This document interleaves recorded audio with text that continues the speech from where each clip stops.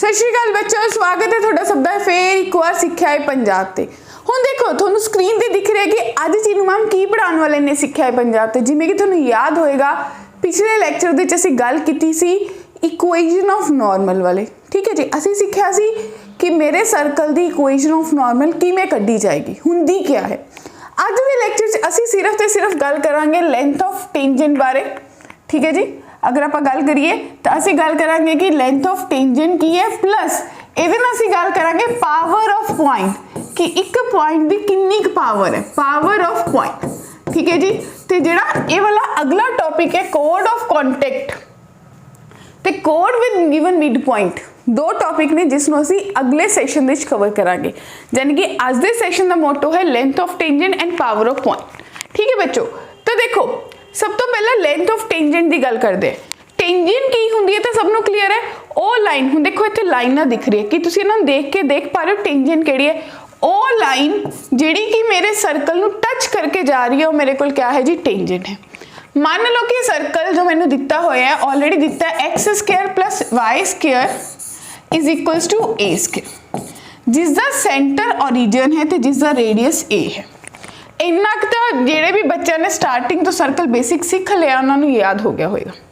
हुण अगर ये 0 0 है और ये x1 y1 है तो बच्चे डिस्टेंस फॉर्मूला लगा के डिस्टेंस हो को x1 का स्क्वायर प्लस y1 का स्क्वायर बन जाऊगा। हुण ये भी पता कि रेडियस ते टेंजेंट आपस में परपेंडिकुलर हुंदे ने।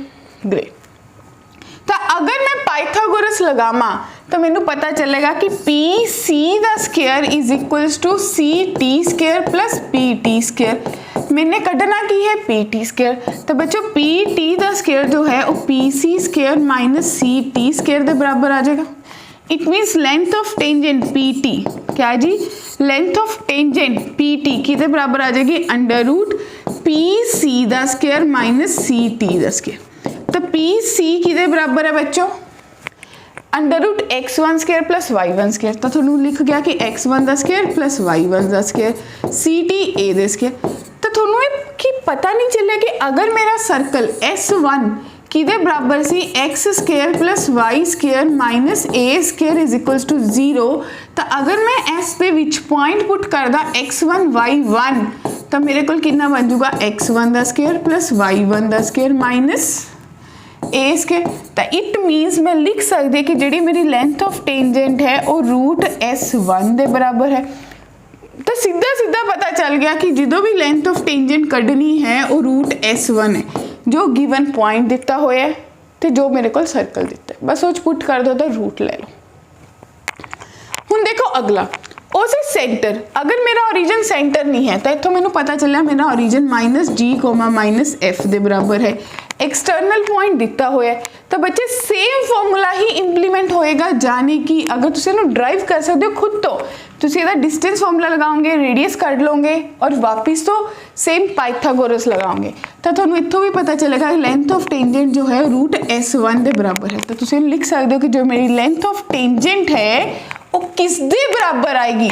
देखो अंडर रूट जमा ही सौखा है x1 का स्क्वायर प्लस y1 का square plus 2g x1 plus 2f y1 plus c। ये मेरे को किसके बराबर आ गई, लेंथ ऑफ टेंजेंट। क्लियर है बच्चों। तो जो मैंने इन्ना सीख लिया हुणे आ गया पावर ऑफ अ पॉइंट, सच्ची पावर है दी। मान लो इथों एक लाइन होर मैं खिंची सीकेंट लाइन जो कि इन्हूं दो पॉइंट सी ते डी ते कटदे। हुण तुसीं सारे वैल नोन हो, थोड़े जो यह जा कोई बच्चा नहीं जिन्हें क्लास 10वीं नहीं देखी, तो क्लास 10वीं च तुसीं ऑलरेडी पढ़िया होया है।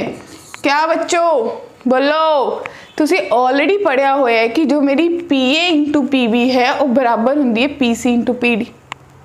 या फिर तुसीं इत्थे थोड़े कोल क्या आ गया पावर ऑफ पॉइंट, क्योंकि मैनू पता है कि P A into P B triangles का सारा केस लैके सर्कल दे with respect P A into P B जो है वो पी टी स्क्वेयर के बराबर है। और तुसीं ये भी कह सकते हो कि P A into P B जिथे लोड पेगी वो P C into P D के बराबर है। या फिर और थोनू पता है कि जो पी टी है वो लेंथ ऑफ टेंजेंट है, यानी कि रूट S1 के बराबर होएगी। तब मैं कह सकती कि पी टी का स्क्वायर जो है वो S1 के बराबर है। ਤਾਂ ਤੁਹਾਡੇ ਕੋਲ 3 ਰਿਜ਼ਲਟ ਜਨਰੇਟ ਹੋ ਗਏ ਜਿੱਥੇ ਜਿਹੜਾ ਲੋੜ ਪਏਗੀ ਉਹਦੀ ਵਰਤੋਂ ਕਰ ਲਿੱਤੀ ਜਾਊਗੀ। ਤਾਂ ਦੇਖੋ ਕਹਿੰਦੇ ਪਾਵਰ ਆਫ ਪੁਆਇੰਟ ਕਿਆ ਹੁੰਦੇ ਕਿਸੇ ਵੀ ਸਰਕਲ ਦੇ ਵਿਦ ਰਿਸਪੈਕਟ ਕਦੋਂ ਵਰਤਿਆ ਜਾਊਗਾ। ਮੈਨੂੰ ਇੱਕ ਐਕਸਟਰਨਲ ਪੁਆਇੰਟ ਪਤਾ ਹੈ, ਉਹ ਐਕਸਟਰਨਲ ਪੁਆਇੰਟ ਤੋਂ ਮੇਰੀ ਇੱਕ टेंजेंट ड्रॉ हो रही है, एक सीकेंट ड्रॉ हो रही है, तो मैं कहूँगी टेंजेंट की लेंथ का स्केयर जो है वो मेरी लेंथ एक्सटर्नल पॉइंट तो दोनों पॉइंटा की लेंथ की गुना के बराबर है। हुण देखो कहते the tangent at the point P to the circle, सब तो पहले एक सर्कल ड्रॉ करो, ठीक है जी। इस सर्कल ते कोई टेंजेंट है जो कि P पॉइंट पे कट कर रही है। if the tangent at the point P on the circle, circle का रेडियस कितना है बच्चों -3, -3, तो अगर रेडियस भी कटना पै जाए, सेंटर पता चल गया, और अगर रेडियस कटना पै जाए तो 9 + 9 18, ठीक है जी। 3 3 9 3 3 18, 18 माइनस माइनस प्लस 2 b, तो रेडियस आ जाएगा √b। Meets a straight line, कोई स्ट्रेट लाइन जा रही है जो कि थोड़े को है 5x - 2y + 6 बराबर है 0। Meets a straight line at Q on the y axis, यानी कि अगर इथों मेरा एक्सिस भी जा रहा सी ते y एक्सिस का पॉइंट है, अगर y एक्सिस का पॉइंट है उत्थे x की वैल्यू 0 होएगी। तो बच्चे इसका मतलब अगर एक Q पॉइंट है एट द पॉइंट Q, मैनू दिता है x 0, अगर x 0 है तो तुसी कर सकते हो कि लाइन दे विच पुट करो, तो -2y + 6 बराबर है 0, तो y का मुल आ गया 3, यानी कि मेरे को Q पॉइंट के कोऑर्डिनेट आ गए 0,3। हुण अगर मैनू एक्सटर्नल पॉइंट पता है, मैनू सर्कल पता है, क्या मैं कोई लेंथ ऑफ टेंजेंट कर सकती है? वेरी क्लियर है। तो मेरे को PQ जो है वो कुछ भी नहीं है, और लेंथ ऑफ टेंजेंट है। क्या जी? लेंथ ऑफ टेंजेंट है। तो सारे बच्चों ने हुनी पढ़िया है कि भाई लेंथ ऑफ टेंजेंट जो है √S1 के बराबर होंगी है। तो बच्चे लेंथ ऑफ टेंजेंट यानी कि PQ किसके बराबर आ गई? पॉइंट पुट करना शुरू करो, 0,3 पुट करना है, तो 0 + 9 + 0 + 18 - 2, यानी कि थोड़े को बनया √25। तो मेरी लेंथ ऑफ टेंजेंट आ गई 5। ऑप्शन सी जो है वो मैंने सही उत्तर दे रहा है। प्रश्न समझ आया? सेट हो गया। मतलब प्रश्न ने कहा कि एक लाइन है जो मेरी टेंजेंट ਨੂੰ मीट कर रही है, लाइन ਤੇ टेंजेंट जिथे मीट कर रहा है ਉੱਥੇ ही मेरा y एक्सिस मीट कर रहा है, तो पॉइंट Q है। तो उस पॉइंट ने मैंने हिंट दिता भाई एक्सटर्नल पॉइंट निकल जाएगा। अगर एक्सटर्नल पॉइंट पता है, सर्कल पता है, तो लेंथ ऑफ टेंजेंट बहुत ईजी टास्क है फाइंड आउट करना। Next, the locus of the point from which the length of tangent to the circle this is 3 unit। तो बच्चे देखो एक सर्कल है, इससे कोई एक्सटर्नल पॉइंट ते टेंजेंट ड्रॉ हुई, तो अगर ये PT टेंजेंट है, इसकी लेंथ तुहानू 3 दी हुई है। इस पॉइंट P का लोकस कढ़ना है, की कढ़ना है जी? लोकस। तो अगर जिसका लोकस कढ़ना होंदा उन्होंने H, K लै लीदा। हुण ये सर्कल भी दिता होया है। तो बच्चे सब तो पहला लेंथ ऑफ टेंजेंट का फॉर्मूला लगाओ √S1, यानी कि 3 बराबर है अंडर रूट दे विच कितना बन गया जी? h² + k² - 2h - 4k + 4। Squaring की तो 9 बराबर है h² + k² - 2h - 4k + 4, यानी कि h² + k² - 2h - 4k - 5 बराबर है 0। हुण ये तुहाडे कोल सर्कल की इक्वेशन आ गई, लोकस आ गया। जो ये लोकस पता चलिया, रिप्लेस कर दिया h, k नू x, y नाल, तो x² + y² - 2x - 4y - 5 बराबर है 0। मैनू ऑप्शन सर्च करनी पएगी, किहड़ी ऑप्शन सही आंसर दे रही है? Option D. क्लियर है जी? ठीक है जी। बहुत ही सिंपल टास्क है कि लेंथ ऑफ टेंजेंट किसके बराबर होंगे? √S1। नेक्स्ट क्वेश्चन बहुत पावर ऑफ पॉइंट का क्वेश्चन है। देखो पहला हिंट देता, if a circle passes through the point of intersection, अगर कोई सर्कल पॉइंट ऑफ इंटरसेक्शन जो पास हो रहा है of the coordinate axis with the line, these two lines, then find the value of left. बच्चे मैं जनरलाइज्ड मैं बना लेंगी कि मेरे को कोई सर्कल है, मैनू नहीं पता कितने बनेगा, इदा कोई सर्कल जा रहा है, तो ये सर्कल देखो 2 पॉइंट पर कट कर रहे, ये 2 पॉइंट 2 लाइना पास हो रही हैं। क्लियर है?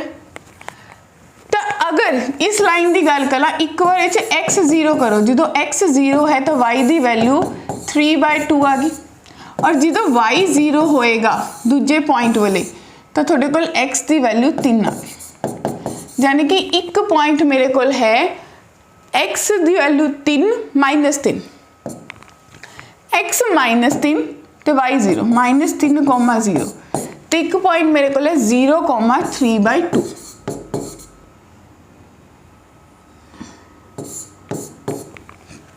क्लियर। दूजी लाइन की गल करते हैं, दूजी लाइन वाले मेरे को एक बार एक्स 0 एक बार वाई 0, तो जो एक्स 0 है वाई की वैल्यू 1 आ गई, तो जो वाई 0 है एक्स की वैल्यू -1/λ आ गई, जो एक्स 0 वाई 1 0,1 और दूजी बार वाई 0 है एक्स -1/λ। क्या कुछ समझ आया? If the circle passes to the point of intersection of the coordinate axis, तो की तुसी मान सकते हो कि अगर मेरे को ओरिजिन है 0,0 तो कोऑर्डिनेट एक्सिस सर्कल ਨੂੰ दो पॉइंट ते कट करे, तो क्या अगर मैं मान ला ये ए पॉइंट है, बी है, ये सी है, डी है, क्या थोड़े दिमाग स्ट्राइक किया PA PB मल्टीप्लाई PC गुना PD यानी कि पावर ऑफ पॉइंट का कंसेप्ट लगे। जेकर तुसी ये चीज स्ट्राइक कर पाए तो बच्चे बहुत सिंपल है, PB किदे बराबर है -1/λ दे, PA किदे बराबर है -3 दे, PC दा लेंथ कितनी है 1, PD दी लेंथ कितनी है 3/2। तो देखो जी 3 ना 3 कैंसल, तो लैम्डा की जो वैल्यू है वो 1/2 आ गई। तो देखो प्रश्न ने तुहानू यही पूछा सी कि अगर इदा दे कोई सर्कल कोई दो कोऑर्डिनेट एक्सिस नू कट कर रहे दो लाइनां दे नाल, तो थोड़े कोल लैम्डा की वैल्यू कितनी आएगी, तो थोड़े कोल लैम्डा आई 1/2। और मैजिक किन्ने किया पावर ऑफ पॉइंट, यानी कि अगर मैनू पावर ऑफ पॉइंट पता होएगा, मेरे दिमाग स्ट्राइक करेगा बई कुछ सिंपल टास्क सीगा जो मैं परफॉर्म कर सकती। ठीक है जी, तो ये अज का एक लेक्चर सी जिवें कि आपां गल कर चुके कि जो थोड़ा कोड ऑफ कॉन्टैक्ट है तो कोड विद मिडल पॉइंट वो आप नेक्स्ट सैक्शन के कवर करांगे। ठीक है जी, हुण तक जिन्होंने हाले तक लाइक शेयर नहीं किया फटाफट कर दो, सबसक्राइब कर दो, ताकि मैक्सीमम बच्चों तक पता चल जाए कि हाँ जी हाँ मैथ्स साडी अपनी भाषा पंजाबी विच मिल रहा है। फिर मिलांगे अगली वीडियो दे विच कोड बारे पढ़ांगे। थैंक यू तद तक ली।